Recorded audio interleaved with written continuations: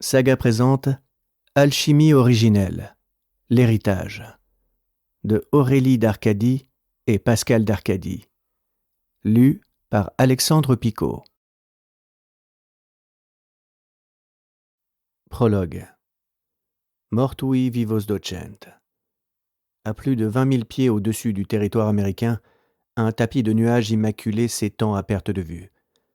À bord du vol Los Angeles-Paris, la tête contre le hublot, je lutte contre une migraine atroce. Des pensées contradictoires ont surgi dans ma tête. Elles ne me quittent plus. L'image de mes parents traverse mes pensées. Un nuage passe. On dirait le visage de mon père. Un autre. La silhouette de ma mère sur le perron du château. Plus j'y repense, et moins je comprends. Pourquoi c'est tombé sur eux ? J'aurais dû rentrer à Noël, et je ne l'ai pas fait. Je devrais me repentir, mais je n'y arrive pas. Il y a quelques années, j'ai quitté la France pour monter un business aux USA. Et tout s'est enchaîné. Les heures de travail, les journées interminables. Ce que je faisais semblait avoir un sens. Tout ce temps passé au boulot. Je n'avais pas le choix. Il fallait bien que je gagne ma vie. Un malaise s'empare de moi. Une sensation désagréable. Je me sens coupable. Comme si le destin s'était servi d'eux pour m'atteindre. Pourquoi ça fait si mal ? Ma petite voix me dit que j'aurais dû me libérer pour les fêtes de fin d'année. Je tente de la faire taire, mais elle insiste. Mon mal de tête s'estompe. Des larmes chaudes coulent sur mes joues. Mon job n'était qu'un alibi pour justifier mon absence. Il va falloir assumer ça, car c'est la vérité. La triste vérité. Chapitre 1. Une terrible nouvelle. Los Angeles. C'est la dernière journée de l'été. Le soleil finit sa course dans un ciel sans nuages. Nous sommes au 7e étage d'un building tout en vitres, sur Washington Boulevard. Smiling Sky est un studio d'animation situé dans le quartier de la Marina del Rey. La majorité des employés ne dépasse pas la trentaine. Tous portent des tenues décontractées. C'est l'effervescence. Infographistes et développeurs informatiques plaisantent dans une ambiance geek. Certains sirotent des sodas sans sucre, d'autres boivent des bières bio. La plupart ont des parts de pizza végétarienne dans les mains. D'un côté, la salle Open Space donne sur une terrasse vue mer. De l'autre, des affiches de films tapissent le mur sur toute la longueur. Que des blockbusters. La start-up est spécialisée dans les animations 3D pour le cinéma et la télé.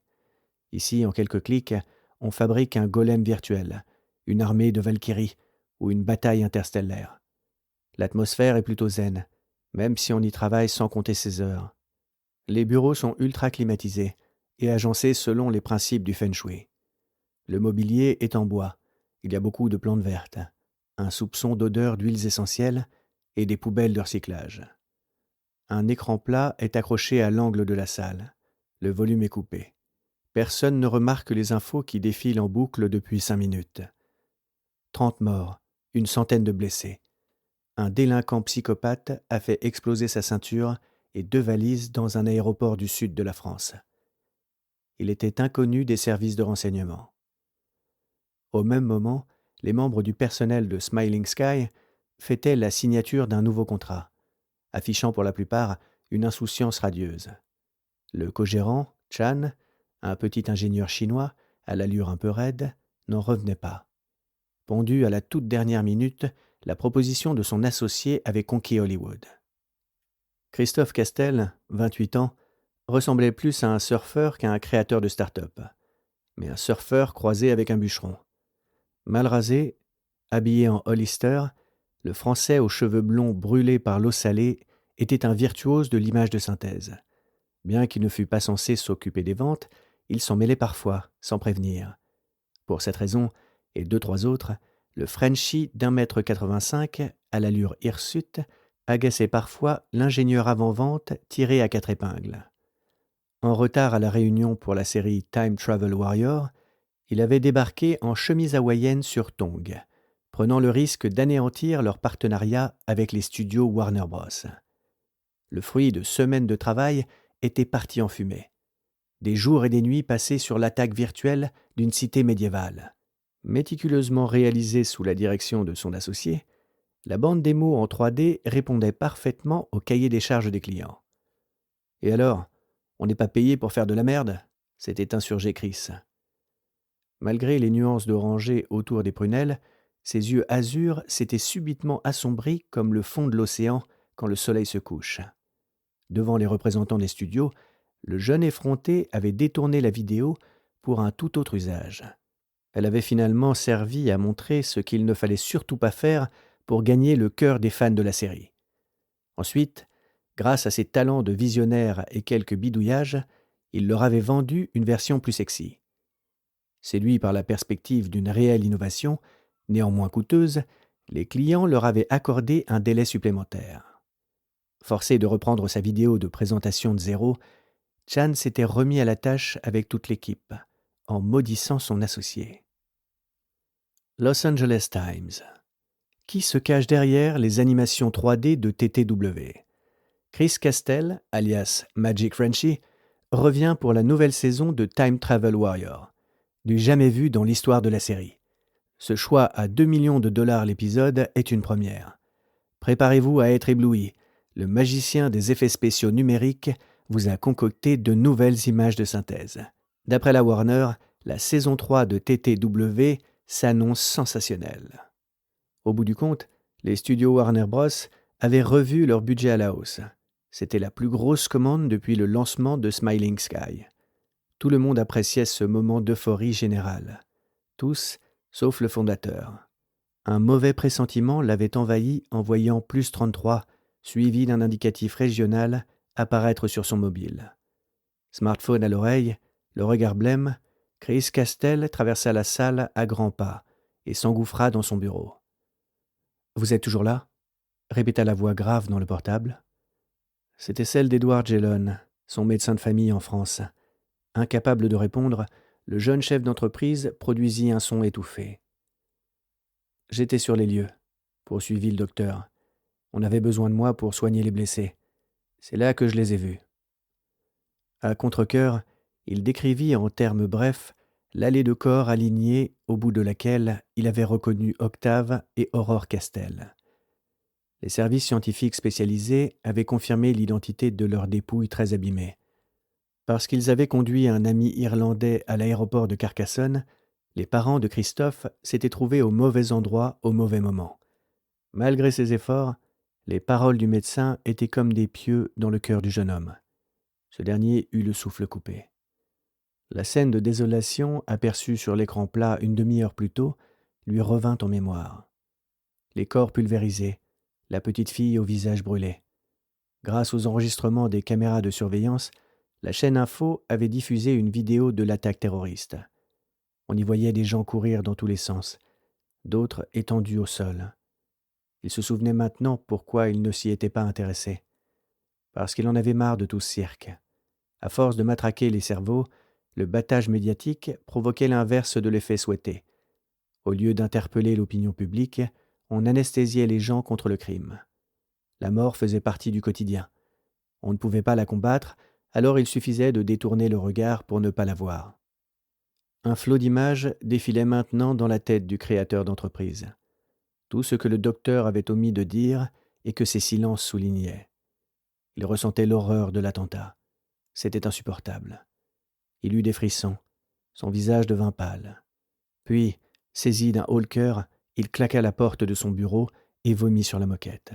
« Vous tenez le coup ?» s'inquiéta le médecin qui avait tout entendu. Chris Castell détestait qu'on le plaigne. « Est-ce que ma sœur est au courant ?»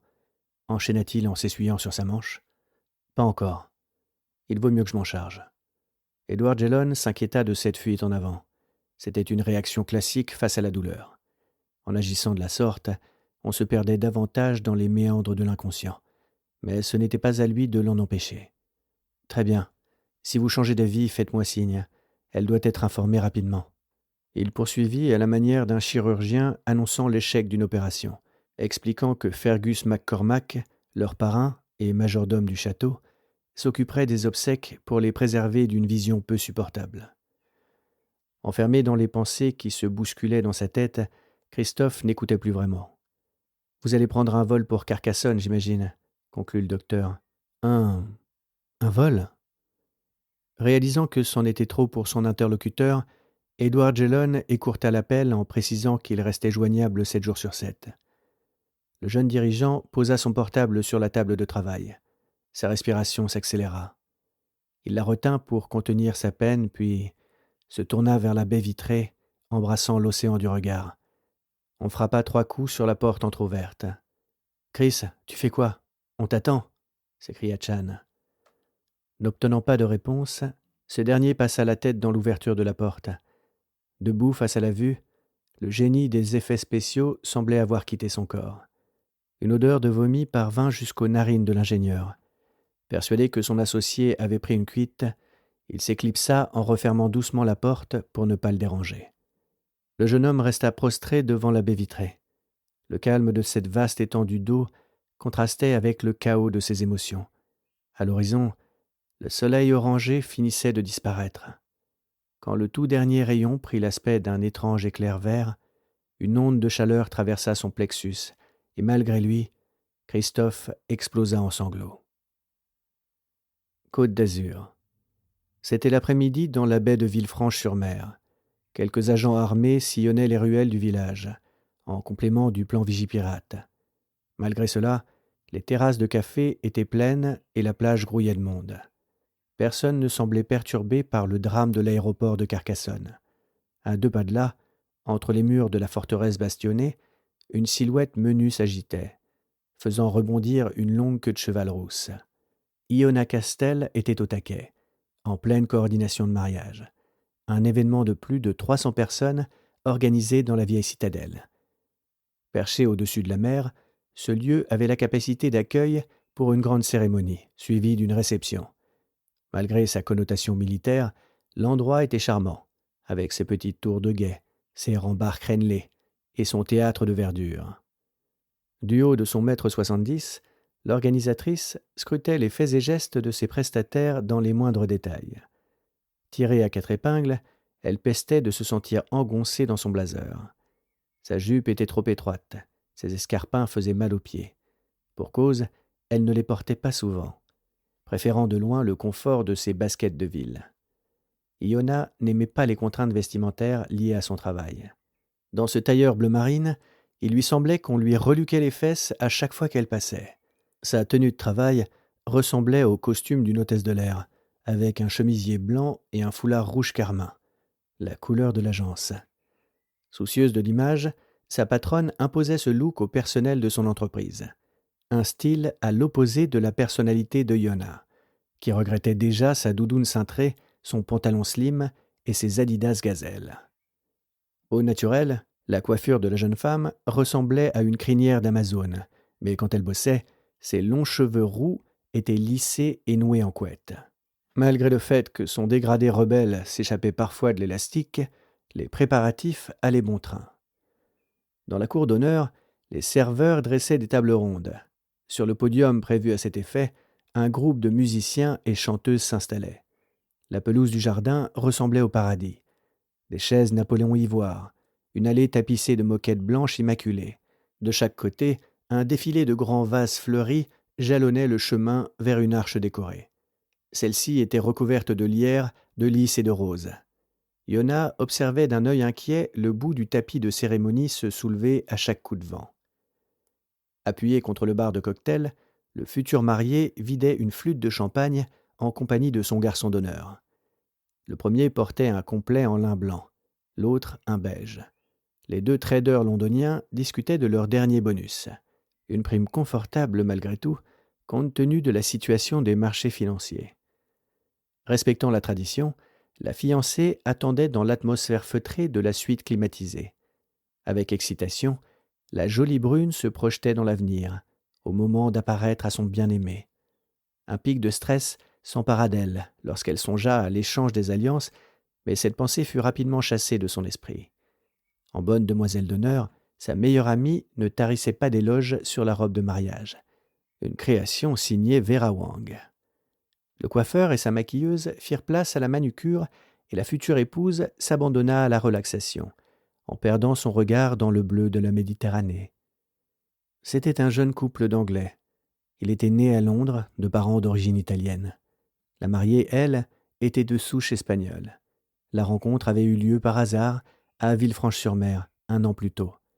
D'où leur affection pour le village aux façades colorées. Les deux amants s'étaient enflammés dans ce décor aux ruelles typiques, vestige de l'époque des chevaliers de Malte. L'idylle estivale s'était prolongée jusqu'à l'automne, avec toutefois moins d'insouciance. Depuis l'annonce du mariage, les conflits des deux familles n'avaient cessé d'attaquer leur bulle de bonheur, révélant aux deux tourtereaux le côté sombre de leurs liens familiaux. « Ma fille sera assise à côté de moi ou je ne viendrai pas », s'était exclamé le père de la future mariée en découvrant le plan de table. « Ces noces vont vous coûter une fortune », s'indignait la belle-mère de celle-ci, après avoir imposé le nôtre comme traiteur. Dépassé par les injonctions contradictoires et requêtes irrationnelles de ses géniteurs, le couple s'était mis en quête de liberté. Pour protéger leur indépendance et leur intégrité, ils décidèrent de faire appel à une organisatrice. C'est ainsi qu'en 3 mots sur Google, ils dénichèrent une entreprise locale. D'ordinaire, Madame Lavar se réservait les contrats de plus de 40 000 €, mais pour une fois, elle fit une exception. Après avoir jaugé la mine hautaine de la belle-mère et supporté le caractère renfrogné du père pendant plus de 2 heures, la gérante en avait conclu que le projet sent elle souffre. Après avoir habilement traité les objections des clients, elle s'était mise à leur vanter les qualités de Yona. Celle-ci n'était pas dupe. Son anglais n'était pas si bon que ça. Sa patronne comptait sur sa capacité d'abnégation pour arrondir les angles jusqu'au jour J. Tant mieux, car la jeune femme les aimait bien, ces jeunes British.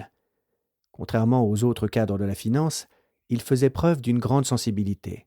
Et ils s'aimaient, ça sautait aux yeux au premier coup d'œil.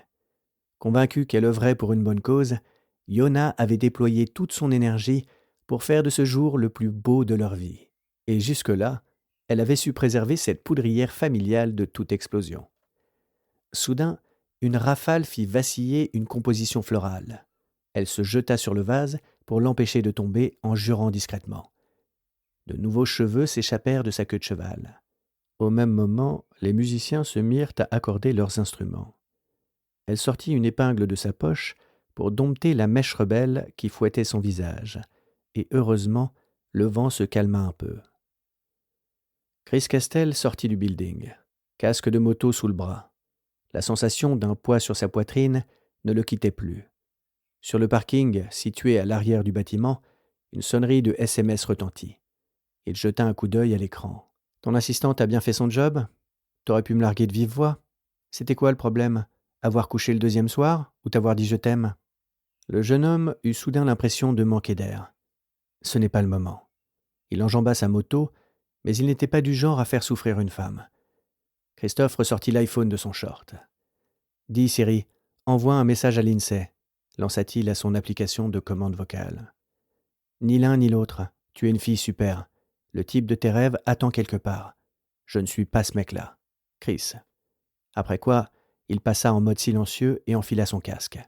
Un message apparut en haut de l'écran. « Fuck you ». Dépité, il rangea le portable dans l'une de ses poches plaquées, referma le rabat et démarra le moteur. C'était une KR GT1, premier modèle d'Arch Motorcycle, la marque de Kenny Reeves. Elle quitta le quartier dans un crissement de pneus, traversant Santa Monica à toute berzingue en se couchant dangereusement à chaque prise d'angle. Une fois à Malibu, le motard fonça à plein régime sur Highway 1. La voie côtière longeant le Pacifique entre Los Angeles et San Francisco s'enfonçait dans le crépuscule. Ses parents y avaient taillé la route à l'américaine pendant leur lune de miel. Ils l'avaient réempruntée tous ensemble une dizaine d'années plus tard, lors d'un road trip avec lui et sa sœur. C'était l'un de ses meilleurs souvenirs de vacances. Saisi brusquement d'une douleur lombaire, il stoppa sa course à Santa Barbara. Halley Street était éclairée par de hauts candélabres à lanterne. Il se gara devant un hôtel de style colonial espagnol. Cheveux en pétard, casque à la main, Christophe entra en titubant. Le lobby était accueillant, orné d'une fontaine octogonale. Se croyant seul, il se pencha sur le bassin pour s'asperger le visage et la nuque. Son odeur de sueur mêlée au relent de vomi aurait pu attirer l'attention, mais dans le hall, il n'y avait pas un chat. Seul le tapage de jeunes gens éméchés perturbait le calme des lieux. Ces bruits d'enterrement de vie de garçon provenait d'un couloir menant aux chambres. Un peu plus loin, une tignasse de Barbie des années 70 dépassait du comptoir d'accueil. Au même moment, on entendit les premières notes de You Can Leave Your Hat On de Joe Cooker. Des cris bestiaux retentirent, suivis d'éclats de rire. La réceptionniste leva les yeux vers lui, le dévisageant d'un air suspicieux. Encore un fêtard, songea-t-elle. Chris portait une paire de sneakers Timberland, comme son fils, ce qui lui attira un peu de sympathie. Il afficha un sourire forcé et demanda une chambre pour la nuit. Après une brève hésitation, elle lui tendit une carte d'accès en expliquant combien la literie était confortable. « Bonne nuit et bonne douche », insista-t-elle avec une expression de bienveillance maternelle. La chambre 17 était sobre et spacieuse. Il se laissa tomber sur le lit. Ses yeux se fermèrent lentement. À mi-chemin entre sommeil et éveil, il pensa furtivement à sa sœur jumelle. Sa relation avec elle n'existait plus depuis des mois, à cause de leur dernière dispute. Il fallait la prévenir. Demain, il le ferait. Rangée après rangée, Yona vérifiait l'alignement des chaises de cérémonie. De nouveau, le vent fit virevolter une mèche de cheveux. Résignée, elle la cala derrière l'oreille. La cloche de l'église Saint-Michel sonna 5 coups. Plus que 30 minutes. Elle s'activa, passant d'un employé à l'autre au pas de course, pour vérifier les derniers détails du planning. Au même moment, un jeune pasteur en chemise noire à col blanc arriva, une sacoche à la main. Il la salua en s'installant sous l'arche fleurie et déplia son pupitre. Après y avoir posé le livret de cérémonie, il l'ouvrit à la page des prières et murmura le Notre Père. C'était un révérend de l'église protestante évangélique. N'ayant pas eu de retour sur la répétition, elle s'approcha de lui. « Tout s'est bien passé ?» demanda-t-elle en écarquillant ses grands yeux verts. On distinguait une pointe d'inquiétude dans sa voix. Le pasteur ne put résister. « Une catastrophe, plaisanta-t-il. Elle piqua un phare. « Pardonnez-moi. »« Pourquoi ?»« Pour avoir douté de vous. Mes clients vous font confiance.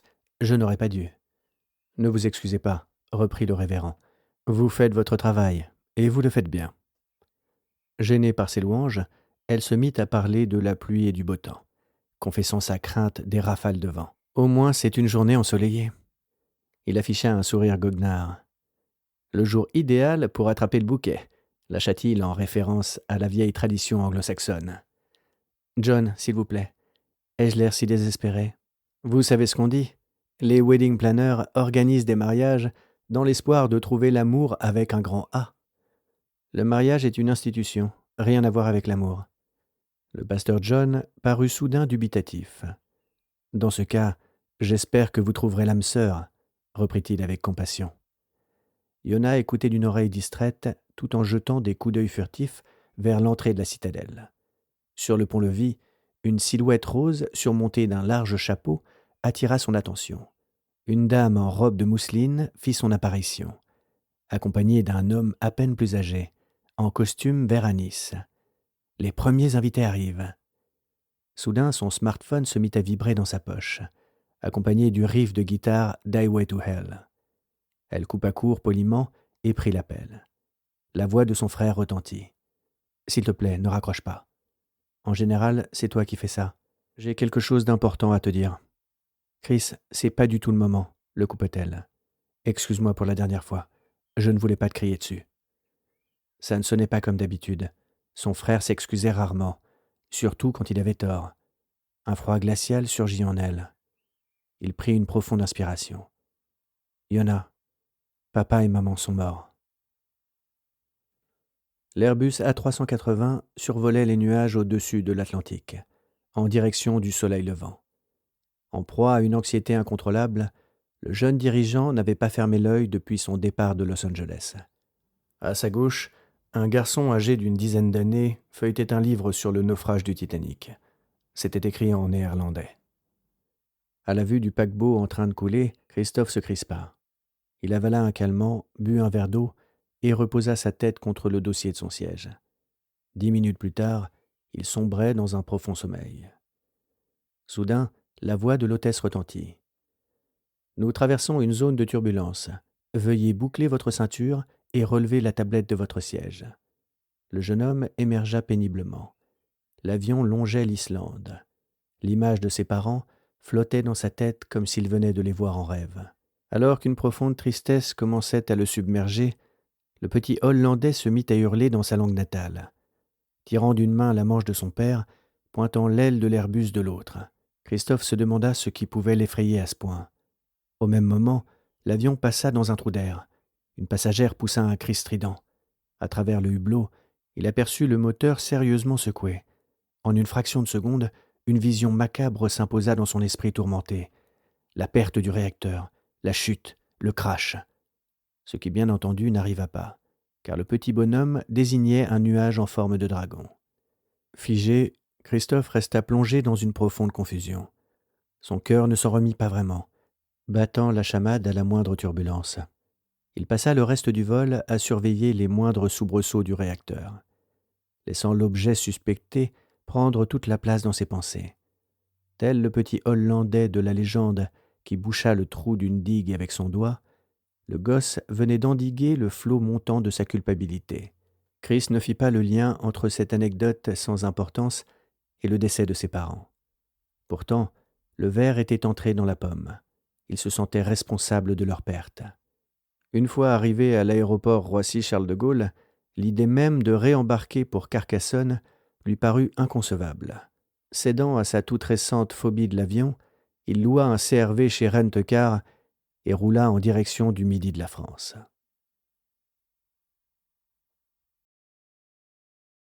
Chapitre 2. Un curieux héritage. Carcassonne. Un silence sépulcral règne dans la salle d'attente de l'étude notariale. Endimanchés pour l'occasion, les jumeaux tentent de faire bonne figure. Des magazines en vrac se chevauchent sur une table basse. Presse immobilière, revue de gestion de patrimoine, quelques femmes actuelles. L'ami des jardins et la triste couverture d'un hebdomadaire. Attentat du 21 septembre, toujours pas revendiqué. Le 21 septembre, une bombe explosait dans l'aéroport de Carcassonne, tuant 30 personnes. Le responsable de l'attaque aurait commis un acte isolé. Aucun groupe terroriste ne s'est manifesté. Quelques semaines plus tard, les touristes sont revenus dans l'aérogare, mais pour les familles des victimes, les blessures demeurent. Christophe fixait le carrelage en damier, impassible. Au moins il a mis une veste, se consola Yona, en dévisageant son blondinet de frère, qui n'avait pas vraiment l'air en deuil. Une veste en tweed rehaussait son jean usé et ses baskets de ville. Quelques épis rebiquaient encore sur sa tête. À demi cachée derrière son brushing, la jeune femme était assise juste en face, vêtue d'une robe noire toute simple et de jolies ballerines assorties. Elle tourna la tête vers la fenêtre pour dissimuler ses yeux humides. Au loin, la cité médiévale de Carcassonne émergeait de la bruine matinale. Cette vue la plongea dans ses souvenirs d'enfance. Elle se remémora son frère plus jeune, un enfant plein de vie, inventeur insatiable de jeux divertissants. Ses parents aimants et attentionnés qui, baignés dans la musique des sphères, échangeaient de mystérieuses conversations sur la cosmologie. C'était leur univers, celui d'un astrophysicien et d'une pianiste, réunis par une passion commune. Leur amour l'un pour l'autre était tellement palpable. Tout cela lui manquait affreusement. « On est seuls maintenant », dit-elle dans un soupir. Lui n'avait pas envie de parler. Bien sûr qu'ils étaient seuls, mais ce n'était pas nouveau. Il se rappelait tout ce qui l'avait poussé à quitter la région. Sa sœur collée à ses baskets, tandis qu'il s'agitait désespérément pour tuer le temps. Son père passant des heures à scruter les étoiles avec sa lunette astronomique. Sa mère composant inlassablement sur son piano. Leur joie profonde lorsqu'ils s'évadaient de la sorte. Christophe était blessé d'avoir incarné cet enfant turbulent, perturbant l'harmonie parfaite du couple. Yona retenait ses larmes. Il tenta de trouver quelque chose de gentil à dire, mais tout ce qui lui vint à l'esprit, c'est l'absurdité de sa tenue d'enterrement. « Frangine, ce n'est pas toi, ça. »« Holy shit !» vociféra-t-il. « Cesse donc cette mascarade. »« Quoi ? Mais qu'est-ce que je t'ai fait ?» protesta-t-elle en s'essuyant une goutte au coin de l'œil. « Voilà ce qui se passe quand on veut être soi-même, pensa-t-il. Rien, tu ne m'as rien fait, bien sûr, à part me juger derrière ton sombre déguisement. Tu crois qu'un tel accoutrement soulagera ta déprime ? Au moins je ne la cache pas, rétorqua-t-elle en le dévisageant. Une émotion le submergea. S'ensuivit une question. Parlait-il à sa sœur ou à lui-même ? Il prit soudain conscience de sa colère et comprit dès lors ce que Yona ressentait. Elle assumait sa peine avec courage, sans jeter la pierre aux autres. Il était temps qu'il fasse de même. Accepter la tristesse, faire preuve d'humilité face à cette épreuve. Sans s'en rendre compte, Christophe entrait dans le processus de guérison du deuil. Au même instant, la porte s'ouvrit. Une femme d'une quarantaine d'années entra vêtue d'un tailleur blanc. Elle portait des lunettes aux montures bleu azur et ses cheveux étaient noués en tresses. Un parfum de jasmin embauma la salle. « Maître Granger va vous recevoir », annonça-t-elle d'une voix douce et suave. La dépêche du midi. Actualité. Haute-Vallée de Lys. L'équinoxe d'automne. Une fin tragique pour les châtelains de Crou. Par Jeannette Ducardou. L'ingénieur astrophysicien Octave Castel et son épouse, la pianiste et chef d'orchestre Aurore Castel, décèdent dans l'attentat de Carcassonne. Rendons hommage à ces bienfaiteurs. Leur donation avait permis de restaurer le pont romain, l'école primaire et ressusciter l'église du village de Crou. Leurs enfants héritent du château de la Rose, domaine familial situé à l'emplacement d'un ancien castrum médiéval. L'ange gardien du domaine, Fergus MacCormac, en demeure l'intendant. À sa charge d'assurer la conservation de cette construction féodale magnifiquement rénovée. La professeure de chant lyrique Martha Sherman se porte volontaire pour reprendre la direction de l'école de musique. Le centre d'enseignement musical, créé par la défunte, était installé dans une dépendance du château. À ce jour, ne savons pas quand les élèves pourront reprendre les cours dans ce petit coin de paradis. Seule certitude, le départ des époux Castel représente une terrible perte pour la commune, qui venait de retrouver un souffle de vie. La soixantaine environ, Célestin Granger avait le regard vif et la sagacité d'esprit d'un quadragénaire. C'était un homme à l'autorité chaleureuse, grand et corpulent. Sa veste saharienne lui donnait des airs d'aventurier des années 30. Avec ses cheveux blancs coiffés sur le côté, ses grands yeux bleus et son visage charnu, il dégageait une fraîcheur juvénile. Travail et jardinage remplissaient ses journées qu'il ponctuait de longues marches et méditations contemplatives. Quoique épurée, la pièce respirait l'harmonie. Elle sentait bon le bois, le cuir et l'eau de Cologne. Contre toute attente, les jumeaux s'y sentirent très à l'aise. Le notaire les salua d'une chaleureuse poignée de main, les invitant à s'asseoir dans les chauffeuses face à son bureau. Une sphère armillaire en fer forgé trônait à l'angle de ce meuble en chêne clair. Juste derrière, un tableau signé Nicolas Poussin ornait le mur. Encore une copie des Bergers d'Arcadie, s'étonna Christophe. Ça lui tombait dessus pour la seconde fois en peu de temps. La première, c'était dans une station-service de l'autoroute des Deux Mers, A61. Des posters de l'œuvre roulaient et stockés près de la caisse, entre friandises et porte-clés. La scène représentait des bergers de l'Antiquité autour d'une tombe plutôt austère. Bien qu'elle trouvât cela décalé, Yona ne laissa rien paraître, impressionnée par la sobre majesté de ce notaire. « Thé, café ?» proposa machinalement ce dernier, tandis qu'il s'installait dans son fauteuil à motif peau de léopard. C'était la seconde touche insolite de cette pièce. « Je veux bien un thé », répondit la jeune femme en prenant place à droite de son frère. Christophe s'enfonça contre le dossier de son siège, jambe gauche repliée sur la cuisse droite. « Un café sans sucre, merci. » Maître Granger réclama les papiers de ses clients tout en sortant un dossier de son tiroir. La dame en blanc s'éclipsa. Quelques minutes après, elle revint avec un chariot à thé vintage qu'elle fit rouler jusqu'aux jumeaux avant de disparaître pour la seconde fois. Yona se versa de l'eau chaude et but quelques gorgées d'une infusion d'Earl Grey aux fleurs bleues. Christophe descendit son expresso d'une traite. Après vérification des identités, le notaire posa les coudes sur le bureau en s'approchant légèrement. « Il y a quelques années, vos parents ont pris certaines dispositions », annonça-t-il en joignant les mains. « Si tôt ? Il n'était pas en âge de se préoccuper de ça. » Le coupa Christophe tout en se redressant subitement. Je pense que maître Granger fait référence à nos biens de famille, n'est-ce pas? C'est exact, mademoiselle Castel. Le château de la Rose est inscrit à l'inventaire des monuments historiques. Votre père a su le préserver pour mieux le transmettre à son tour. Le jeune homme releva les paupières, feignant de lui prêter attention. En vérité, il craignait qu'on ne lui raconte pour la énième fois l'histoire de cette résidence seigneuriale et son intérêt majeur pour le patrimoine local. Et c'est précisément ce que fit le notaire, obéissant aux vœux des défunts. Le domaine faisait partie de la commune de Crou, un village médiéval situé dans les contreforts des Pyrénées, à plusieurs dizaines de kilomètres au sud de Carcassonne. Depuis la nuit des temps, on y disputait à l'envahisseur cette terre affranchie. Située au pied d'une colline réputée sacrée, elle attisait la convoitise des peuples en soif de conquête. Puis, son terreau fertile agissait tel un athanor, transformant leur plus vile matière en or philosophal. Les Celtes, les Romains suivis des Visigoths, avaient occupé un bastion à l'emplacement du château de la Rose. Les Francs avaient tenté de chasser ces derniers à leur tour, mais une forme d'organisation wisigothe avait perduré discrètement. Ensuite, par le biais de nombreux dons, le village et sa forteresse étaient devenus propriété de l'Église. Vers la fin du XIIe siècle, le roi d'Aragon avait envahi la région et l'avait occupée jusqu'à ce que le vicomte de Crou délivre la bourgade.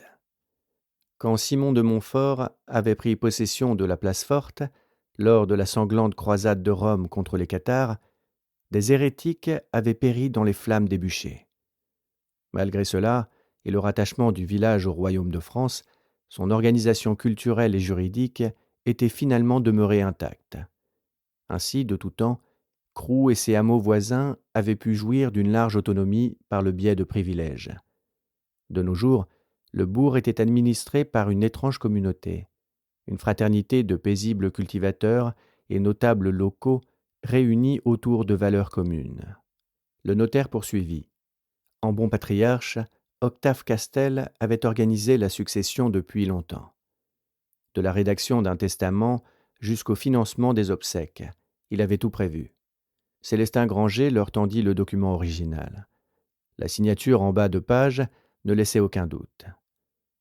L'organisateur des funérailles a exécuté scrupuleusement les dernières volontés des défunts. Malheureusement, vu les circonstances, la veillée funèbre vous a été épargnée. La gorge de Christophe se serra. Iona retint son souffle. Leurs visages se crispèrent. Une vision des victimes de l'attentat hantait leur esprit. Tous ces corps alignés recouverts d'un drap. Ces silhouettes informes laissant deviner des restes décharnés ou broyés par l'explosion. La séquence avait fait le tour du monde et la une pendant plusieurs jours. Ému de compassion envers ces deux cœurs accablés, le notaire redoubla de tact. L'héritage comprenait la nue propriété du château de la Rose et son vaste domaine. Le majordome, Fergus MacCormac, qui était aussi leur parrain, en conservait l'usufruit temporaire. De même pour la plupart des biens meubles. Si tout se passe comme prévu, la possession partagée de la résidence et ses hectares de terre durera 5 ans, délai au terme duquel les jumeaux acquerraient la pleine propriété. Le temps que votre parrain s'acquitte de sa tâche. Laquelle ? Demanda Christophe. Vous enseignez tout ce que vous devez savoir sur ce glorieux patrimoine, conformément aux instructions laissées par vos parents, précisa-t-il. L'ancien castrum, étant administré par Fergus, ce dernier les préparerait à devenir châtelains, au sens noble du terme. En attendant, le majordome continuerait de s'occuper de l'intendance comme il l'avait fait jusque-là, à la manière d'un conservateur de musée. Christophe parcourut le contenu de ce curieux testament et s'arrêta sur la clause en question. Le démembrement de propriété cesserait quand les héritiers seraient prêts à gérer l'ensemble de ce patrimoine naturel et culturel. Il se mit à lire l'inventaire à voix haute. Le château et ses nombreux objets d'art, une piéta en bois sculpté, une tapisserie du XVe siècle, etc. Son parc verdoyant, sa crypte. 8 siècles auparavant, celle-ci avait servi de refuge aux cathares persécutés, précisa le notaire. Devenir châtelain requiert dévouement et patience. Êtes-vous un amoureux des vieilles pierres ? Christophe grimaça un sourire et poursuivit. L'orangerie, une dépendance abritant l'école de musique, les vignes de Chardonnay et le codex de Crou. De son tiroir, Maître Granger sortit un livre à la couverture de cuir. Le voici. Il a survécu au bouleversement de l'histoire locale. Intrigué, Yona s'en approcha. On aurait dit un vieux grimoire, en moins volumineux. « Je peux ?» dit-elle en commençant à l'étudier sous toutes les coutures. « Bien sûr. Désormais, il vous appartient d'en prendre soin. » C'était du bel ouvrage, avec une couverture rigide. La tranche du livre était faite de feuilles de parchemin très anciennes. Elle l'ouvrit et, à sa grande surprise, découvrit qu'il était dépourvu de texte. On y trouvait des planches illustrées à la manière des artisans du Moyen Âge, des images peintes comme des enluminures. Ce livre date du XIIIe siècle, ajouta le notaire. Nos parents ont-ils laissé des notes à ce sujet? Pas que je sache. À quoi peut-il bien servir? Se demanda-t-elle.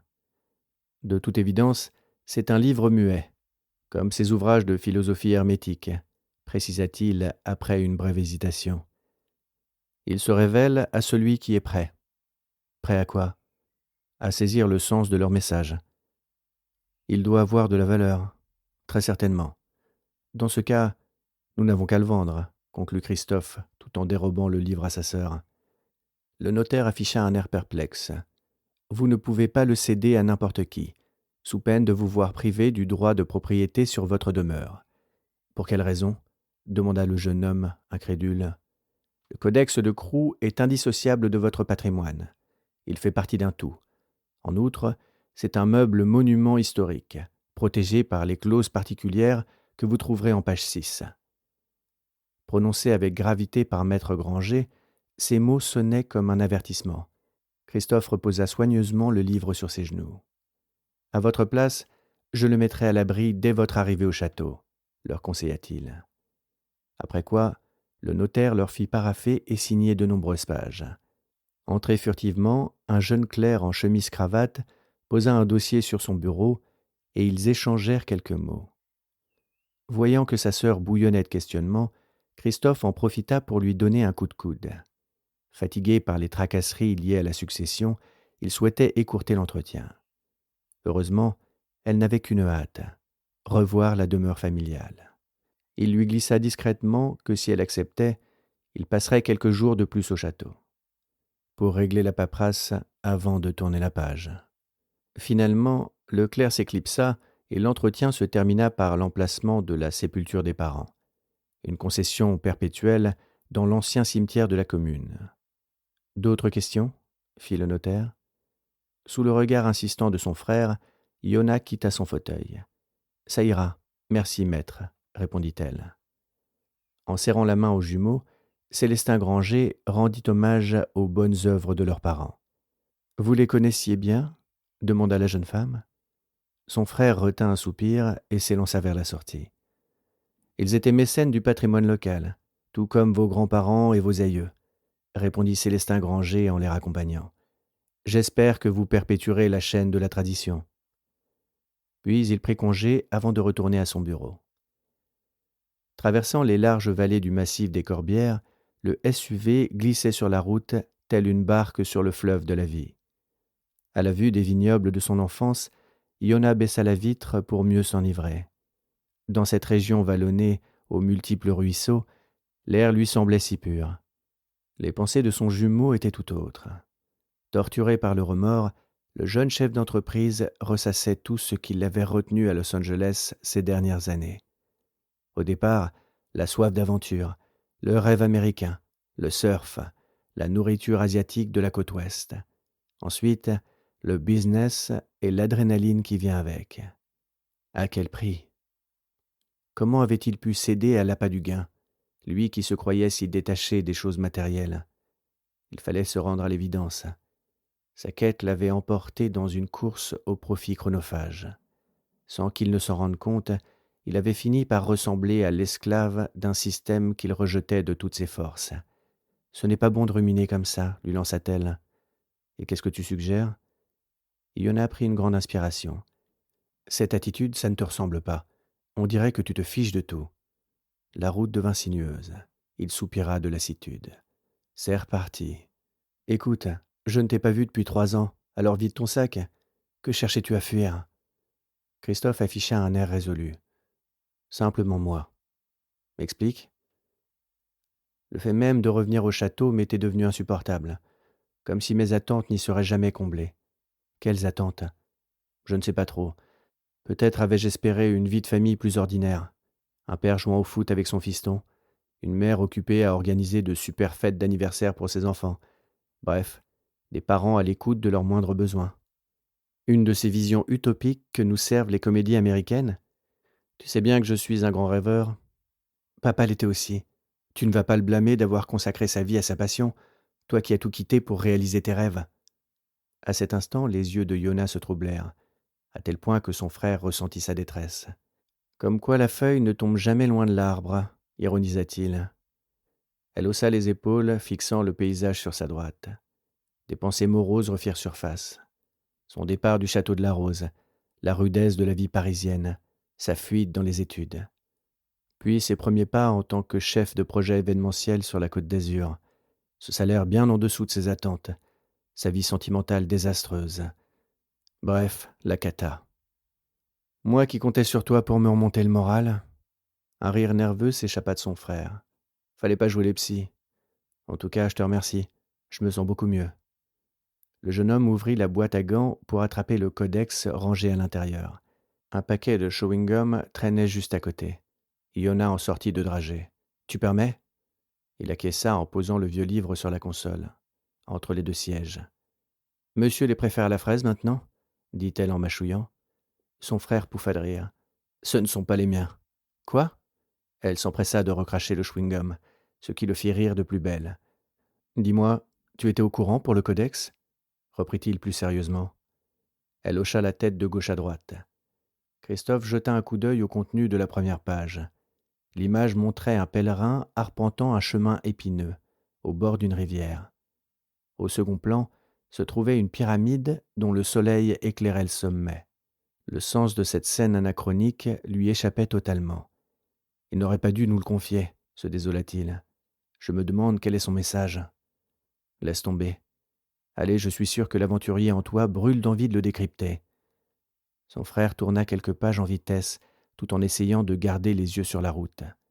Si tu veux mon avis, il n'y a rien à comprendre, à part des préceptes d'une morale surannée. On trouvera peut-être des indices au château, suggéra Yona. Christophe leva les yeux au ciel. S'éterniser en France ne faisait pas partie de ses plans. Écoute, on va faire le tour du propriétaire ensemble, ensuite tu pourras jouer à Lara Croft si ça te chante. Tu sais bien que sans toi je n'y arriverai jamais, insista-t-elle en levant sur lui des yeux de chien battu. Les vieilles habitudes ont la vie dure, grommela-t-il. Ok, je veux bien prolonger mon séjour d'1 semaine, mais pas plus. Je ne tiens pas à devenir un maillon de cette maudite chaîne de la tradition. Dans un élan de joie, elle se jeta à son cou en s'appuyant sur le volant. « Attention !» cria-t-il en rectifiant sa trajectoire. Elle tressaillit à la vue d'un petit ravin sur le bas-côté de la route. Il venait de l'éviter de peu. Village de Crou. La haute vallée de Lys baignait dans la lumière d'automne, tel un écrin de verdure colorée protégé du monde. Autrefois terre de lutte, ce somptueux paysage de vignes et de forêts inspirait désormais la paix, invitant à la contemplation. Yona se rappelait ses flâneries dans les bois qui défilaient sous ses yeux, un pan de sa vie mis de côté depuis longtemps, tellement les fastes de la Côte d'Azur l'avaient happé. Lorsque la voiture traversa le pont romain, une force sembla l'enraciner dans la terre. C'était ce qu'on ressentait en franchissant la cascade. Une sensation familière d'équilibre et d'unité, comme si le temps s'arrêtait. Yona ouvrit la fenêtre pour entendre le bruit des flots. Une première chute de 3 mètres se jetait dans un bassin turquoise. Plus loin, l'eau séparée par un rocher formait 2 autres branches plus petites. « Nous sommes à la maison », se dit-elle en elle-même sur la route qui longeait la rivière d'Is. La nature semblait avoir préservé ces terres entourées de montagnes et de pitons rocheux. Alors qu'il s'approchait du château de la Rose, le mont Oliveau apparut au détour d'un virage. C'était une colline verdoyante, entouré de légendes. Rendu célèbre pour ses émanations cosmotelluriques, ce monticule de 300 mètres de hauteur dominait le village de Crewe. Au pied de son versant nord coulait la rivière d'Is. Sur la rive gauche, on apercevait les toits roses des habitations, ainsi que le clocher de l'église. Avec ses maisons à colombages et sa vieille abbaye au centre, la bourgade semblait endormie depuis des siècles. Sur la rive droite de l'Is, le château de la Rose trônait humblement sur un petit coteau. C'était une bâtisse de style médiéval, construite en calcaire, au ton fauve, autour d'une tour carrée. À l'arrière se trouvait une échauguette à chaque angle. En façade, 2 grosses tours maîtresses, l'une carrée, l'autre circulaire. Chacune était ornée de fenêtres en arcades géminées. Un toit pointu, couvert de tuiles, surmontait la première située à l'ouest. La seconde, à l'est, était coiffée d'un dôme d'observatoire astronomique. Quand Christophe rétrograda pour attaquer la montée qui traversait les vignes, les jumeaux ressentirent la même émotion. Leurs parents ne se trouveraient pas sur les marches du perron. Des images du passé les ramenèrent à la dure réalité. Le sourire bienveillant de leur père, l'odeur du parfum de leur mère, la chaleur de leur présence. Tout cela appartenait désormais au passé. Rien ne sera plus pareil, pensa Iona. Une sensation surgit des profondeurs de son être, l'impression d'être amputée d'une partie d'elle-même. L'instant d'après, son regard contemplait le ciel comme si son âme voulait quitter son corps. « Accroche-toi, sinon Chris va tout envoyer balader », se raisonna-t-elle pour chasser la mélancolie. Christophe stoppa la voiture à quelques centimètres du grand portail en fer forgé et tendit le bras vers le boîtier de l'interphone. Une voix grave et douce fit crépiter le haut-parleur. Ils reconnurent le timbre chaleureux de leur parrain. « L'école de musique est fermée aujourd'hui. »« Fergus, c'est nous. » Le portail s'ouvrit et la voiture s'engagea dans l'allée bordée de cyprès. Chacun de ces arbres faisait environ 20 mètres de hauteur. Même pour les jumeaux habitués au lieu, cette haie d'honneur naturelle était impressionnante. Une agréable odeur de résine envahit l'habitacle. Iona huma ce parfum aromatique au pouvoir apaisant. Entouré de vignes et de massifs forestiers, le château de la Rose se situait sur un domaine de plus de 100 hectares. Bien avant la naissance des jumeaux, leur père avait hérité de cette ancienne place forte qui appartenait à sa famille depuis des générations et dont les fondations remontaient au XIe siècle.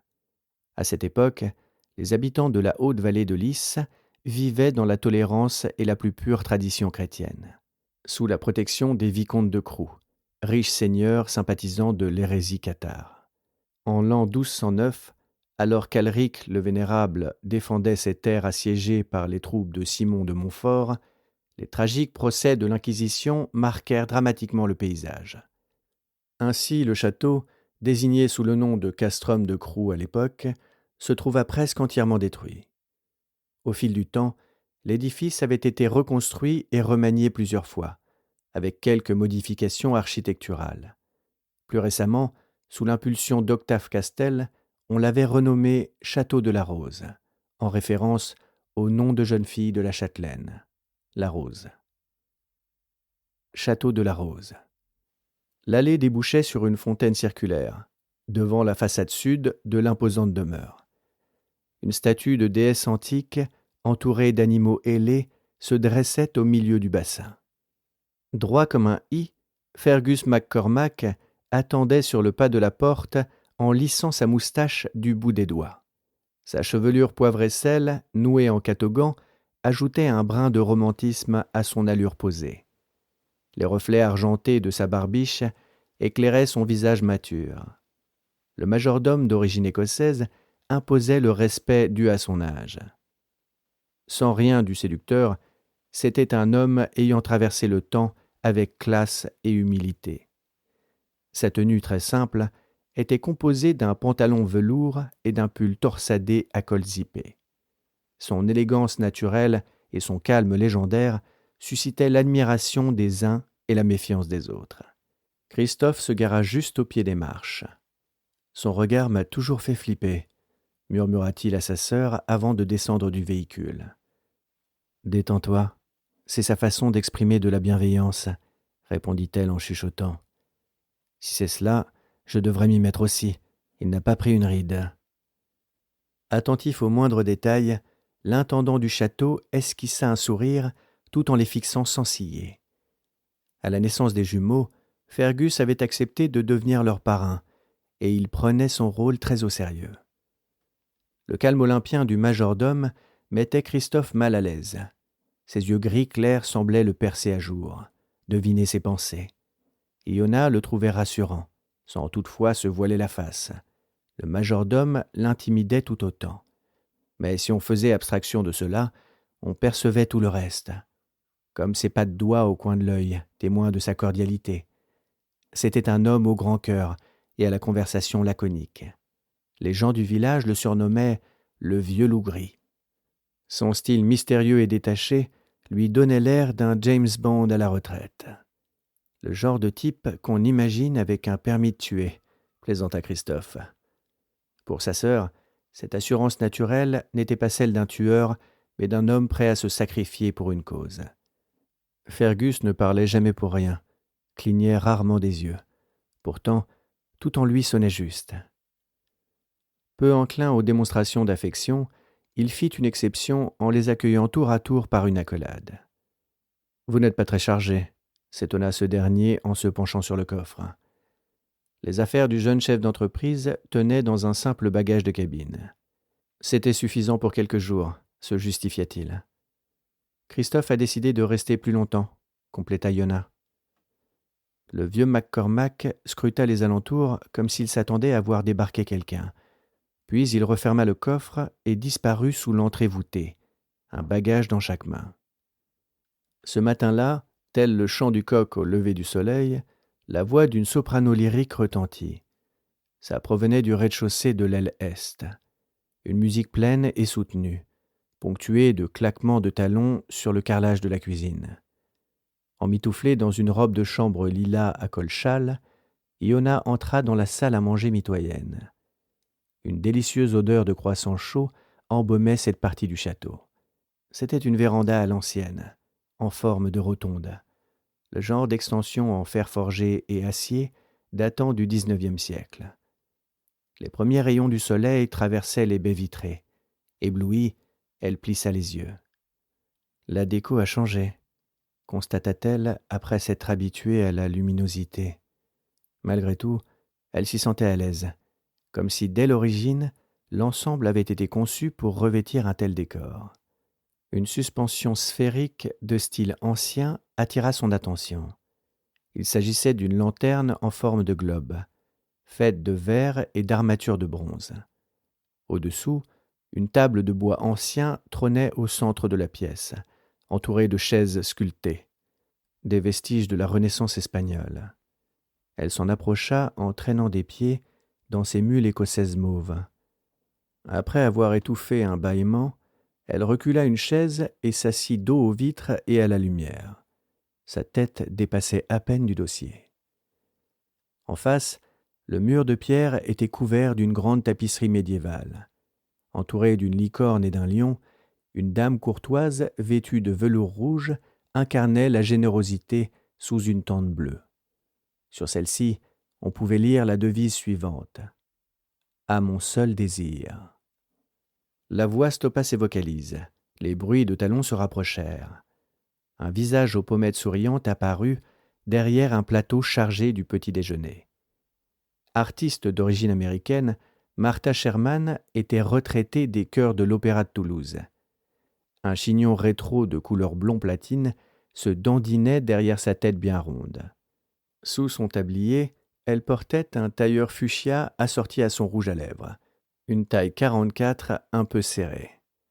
Autour de son cou, un foulard Hermès protégeait ses cordes vocales.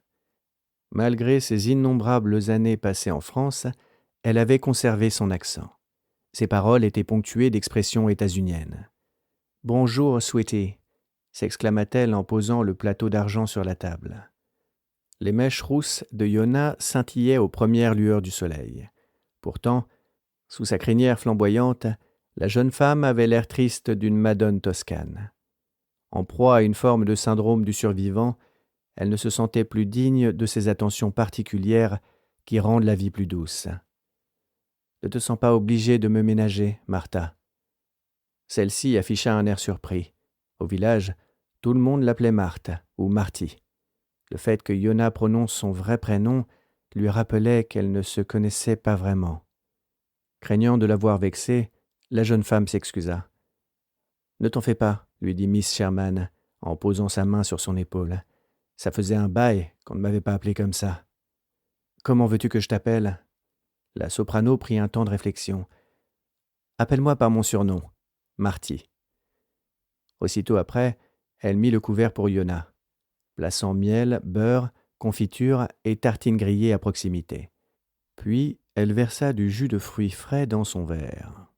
Martha Sherman vivait au château depuis 3 ans et semblait déjà faire partie des murs. L'Américaine disait avoir voué sa vie à sa passion.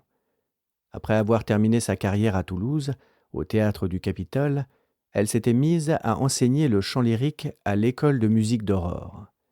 Depuis, elle transmettait son art dans les locaux de l'orangerie. À l'instar du gardien des lieux, elle occupait un logement de fonction au château de la Rose. « Alors comme ça, tu aides Fergus ?» demanda Iona.